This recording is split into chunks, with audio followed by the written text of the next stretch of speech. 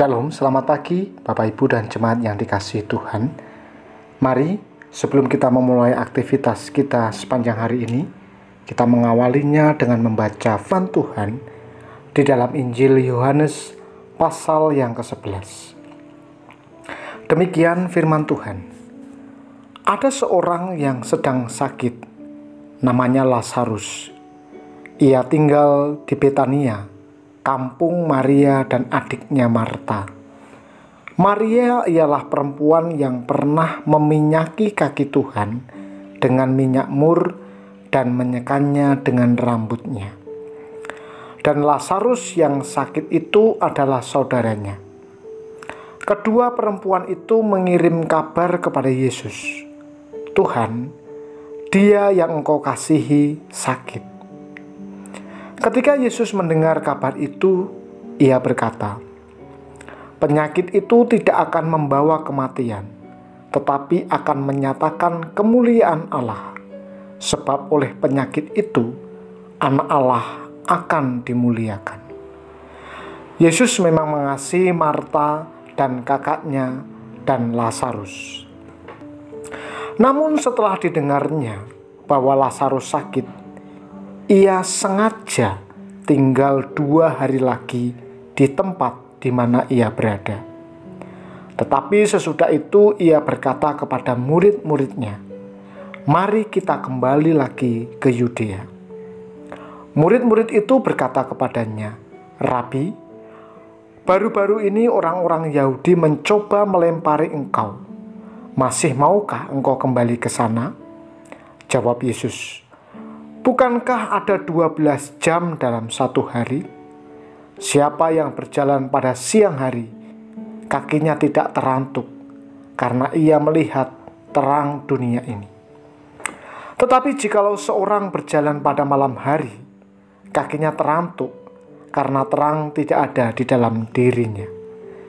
Demikianlah perkataannya, dan sesudah itu ia berkata kepada Lazarus, "Lazarus, saudara kita telah tertidur, tetapi aku pergi ke sana untuk membangunkan dia dari tidurnya." Maka kata murid-murid itu kepadanya, "Tuhan, jikalau ia tertidur, ia akan sembuh." Tetapi maksud Yesus ialah tertidur dalam arti mati, sedangkan sangka mereka Yesus berkata tentang tertidur dalam arti biasa. Karena itu Yesus berkata dengan terus terang, "Lazarus sudah mati. Tetapi syukurlah aku tidak hadir pada waktu itu, sebab demikian lebih baik bagimu, supaya kamu dapat belajar percaya. Marilah kita pergi sekarang kepadanya." Lalu Thomas yang disebut Didimus berkata kepada teman-temannya, yaitu murid-murid yang lain, "Marilah kita pergi juga untuk mati bersama-sama dengan dia." Maka ketika Yesus tiba, didapatinya Lazarus telah 4 hari berbaring di dalam kubur. Betania terletak dekat Yerusalem, kira-kira 2 mil jauhnya. Di situ banyak orang Yahudi telah datang kepada Marta dan Maria untuk menghibur mereka berhubung dengan kematian saudaranya. Ketika Marta mendengar bahwa Yesus datang, ia pergi mendapatkannya, tetapi Maria tinggal di rumah. Maka kata Marta kepada Yesus, "Tuhan, sekiranya engkau ada di sini, saudaraku pasti tidak mati. Tetapi sekarang pun aku tahu bahwa Allah akan memberikan kepadamu segala sesuatu yang engkau minta kepadanya." Kata Yesus kepada Marta, "Saudaramu akan bangkit." Kata Marta kepadanya, "Aku tahu bahwa ia akan bangkit pada waktu orang-orang bangkit pada akhir zaman." Jawab Yesus, "Akulah kebangkitan dan hidup. Barang siapa percaya kepadaku, ia akan hidup walaupun ia sudah mati. Dan setiap orang yang hidup dan yang percaya kepadaku tidak akan mati selama-lamanya. Percayakah engkau akan hal ini?" Jawab Marta, "Ya Tuhan, aku percaya bahwa engkaulah Mesias, Anak Allah, Dia yang akan datang ke dalam dunia. Dan sesudah berkata demikian, ia pergi memanggil saudaranya Maria dan berbisik kepadanya, "Guru ada di sana, dan ia memanggil engkau." Mendengar itu, Maria segera bangkit, lalu pergi mendapatkan Yesus. Tetapi waktu itu Yesus belum sampai ke dalam kampung itu. Ia masih berada di tempat Marta menjumpai dia. Ketika orang-orang Yahudi yang bersama-sama dengan Maria di rumah itu untuk menghiburnya, melihat bahwa Maria segera bangkit dan pergi keluar, mereka mengikutinya, karena mereka menyangka bahwa ia pergi ke kubur untuk meratap di situ. Setibanya Maria di tempat Yesus berada dan melihat dia, tersungkurlah ia di depan kakinya dan berkata kepadanya, "Tuhan, sekiranya engkau ada di sini, saudaraku pasti tidak mati." Ketika Yesus melihat Maria menangis dan juga orang-orang Yahudi yang datang bersama-sama dia, maka masgullah hatinya. Ia sangat terharu dan berkata, "Di manakah dia kamu baringkan?" Jawab mereka, "Tuhan, marilah dan lihatlah." Maka menangislah Yesus. Kata orang-orang Yahudi, "Lihatlah betapa kasihnya kepadanya." Tetapi beberapa orang di antaranya berkata, "Ia yang memelekkan mata orang buta. Tidak sanggupkah ia berteriak sehingga orang ini tidak mati?" Maka masgullah pula hati Yesus. Lalu ia pergi ke kubur itu. Kubur itu adalah sebuah gua yang ditutup dengan batu. Kata Yesus, "Angkat batu itu." Marta, saudara orang yang meninggal itu, berkata kepadanya, "Tuhan, ia sudah berbau, sebab sudah 4 hari ia mati." Jawab Yesus, "Bukankah sudah kukatakan kepadamu, jikalau engkau percaya, engkau akan melihat kemuliaan Allah?" Maka mereka mengangkat batu itu. Lalu Yesus menengadah ke atas dan berkata, "Bapa, aku mengucap syukur kepadamu, karena engkau telah mendengarkan aku. Aku tahu bahwa engkau selalu mendengarkan aku.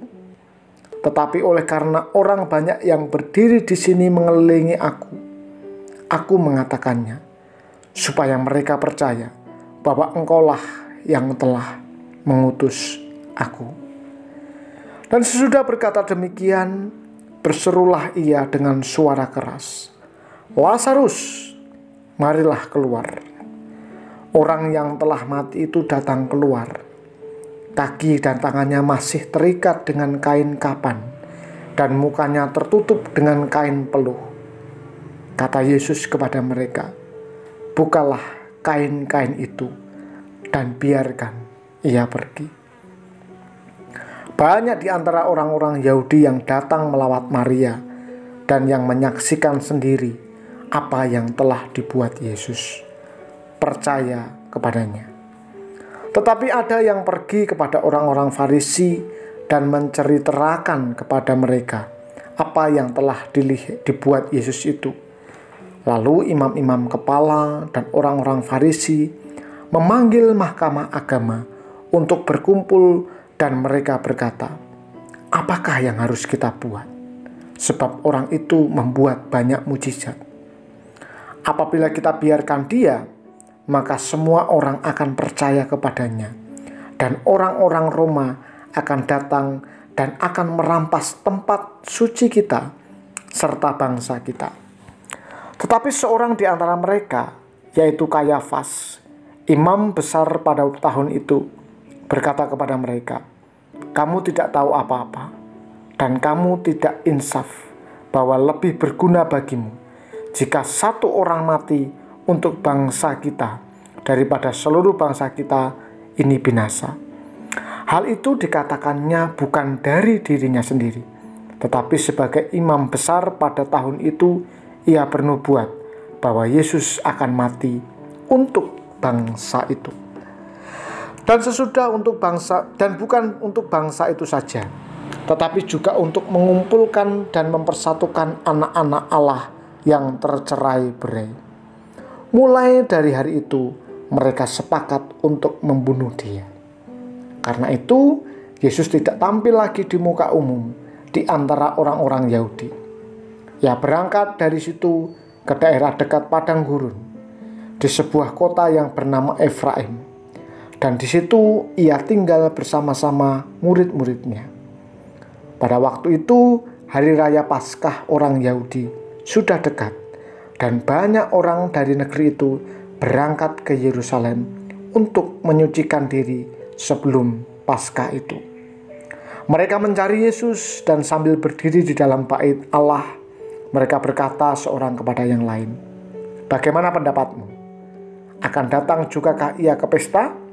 Sementara itu, imam-imam kepala dan orang-orang Farisi telah memberikan perintah supaya setiap orang yang tahu di mana Dia berada memberitahukannya, agar mereka dapat menangkap Dia.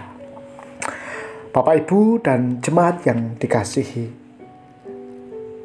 untuk percaya bukanlah perkara instan, tidak semudah membalikkan telapak tangan. Percaya memerlukan sebuah proses pergulatan hati dan pikiran untuk meneguhkannya, dan bahkan dibutuhkan perjuangan terus-menerus. Nah, setelah mencelikan mata orang buta, Yesus ditolak, bahkan akan ditangkap, sehingga terlihat ia menarik diri dari publik pada waktu itu. Namun, pasal 11 ini memperlihatkan Yesus yang mendemonstrasikan mukjizat yang lebih spektakuler dan menggemparkan, yaitu membangkitkan Lazarus. Kristus melakukan mukjizat ini dengan beberapa tujuan bagi banyak orang. Bagi para murid, Yesus bermaksud agar mereka belajar percaya. Bagi Maria dan Marta, agar mereka mengakui bahwa Yesus adalah Mesias, Anak Allah. Bagi khayalak ramai yang mengelilinginya, supaya mereka percaya bahwa Kristus adalah utusan Allah, dan sekaligus membungkam beberapa orang Yahudi yang mempertanyakan kuasanya. Dalam semua tujuan tersebut, hal mendasar yang ingin diberitahukannya adalah bahwa Dialah sumber kebangkitan dan hidup. Yesus menyatakan kuasa kehidupan yang hanya dapat dilakukan Allah. Melalui peristiwa ini, Yesus memproklamasikan bahwa Dia adalah sumber kehidupan dan Dia adalah Allah. Bagaimana Allah mendidik kita untuk belajar percaya bahwa Dia adalah sumber kehidupan? Apakah kita sendiri telah melihat dan meyakini hal itu? Jika Kristus adalah sumber kehidupan kita, marilah kita hidup baginya. Jalanilah proses kehidupan dengan tetap memandang kepada percikan kekuatan yang dianugerahkannya dan bersumber kepadanya. Jika Dia adalah sumber kehidupan saat ini dan yang akan datang, marilah kita pancarkan kasih-Nya dan kita beritakan namanya melalui seluruh hidup kita, termasuk perilaku keseharian kita di tempat kerja, di tengah keluarga, dan di tengah masyarakat. Hal ini supaya pada akhirnya banyak orang juga masuk ke dalam proses untuk belajar mempercayai Yesus, dan dengan mempercayakan hidupnya kepada Yesus Kristus, Sang Sumber Kehidupan bagi semua manusia, maka akan semakin banyak orang yang diselamatkan di dalam Kristus. Mari kita berdoa. Bapa, kami bersyukur kalau firman-Mu mengingatkan kepada kami bahwa Engkau adalah sumber kehidupan kami. Ampuni kami jika kami kurang percaya, tetapi biarlah melalui pembelajaran hidup yang kami lewati, kami terus mempercayai Tuhan. Bahkan kami menaruh harapan-harapan kami hanya kepada Engkau. Bapa di surga, pagi ini kami mau bersatu hati berdoa untuk umat-Mu, baik di GKMI Salatiga maupun di cabang-cabangnya. Mereka yang saat ini sedang terbaring karena sakit, Tuhan mari lawat mereka. Mari jamah mereka dan sembuhkanlah mereka. Kami percaya tidak ada yang mustahil bagi Allah. Kami memohonkan berkat untuk anak-anak kami yang masih studi, yang masih sekolah. Tuhan kiranya memberkati mereka, memberikan semangat untuk mereka mengerjakan tugas-tugas dan tanggung jawab mereka. Terima kasih Bapa di surga. Kami sambut hari ini dengan penuh ucapan syukur, dan biarlah hidup yang kami jalani memuliakan nama Tuhan. Dalam nama Tuhan Yesus kami berdoa. Amin. Tuhan Yesus memberkati dan selamat beraktivitas.